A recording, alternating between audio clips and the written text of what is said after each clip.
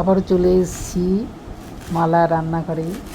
পাতুরি তো তোমরা অনেকভাবেই খেয়েছো, আজকে আমি তোমাদের শাপলা দিয়ে পাতুরি করে অফ করে দেবো। শাপলাগুলো কুচি কুচি করে কেটে নিয়ে হাতে নুন দিয়ে ভালো করে চটকে নিলাম, তাতে একটু রসুন বাটা দিলাম, দিয়ে এদিকে নারকোল, পোস্ত, সর্ষে বেটে দিলাম, দিয়ে নুন মিষ্টি দিলাম, দিয়ে লেবুর রস দিলাম, লেবুর রস দিয়ে সর্ষের তেল দিলাম, দিয়ে এটা ভালো করে মেখে নেব।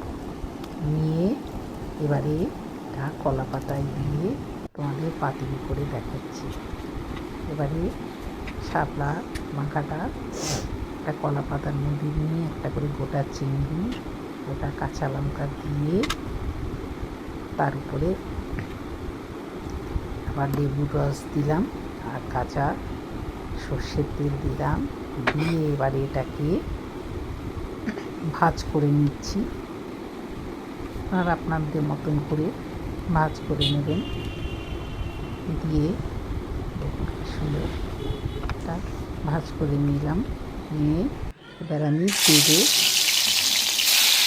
হালকা আছে কিছুক্ষণ ধরে কুচি করে ফ্রাই করে নেব। আপনারা গরম ভাতের সাথে খেয়ে দেখবেন, খুব টেস্টি হয়। ভালো লাগলে লাইক শেয়ার করবেন, কমেন্ট করবেন।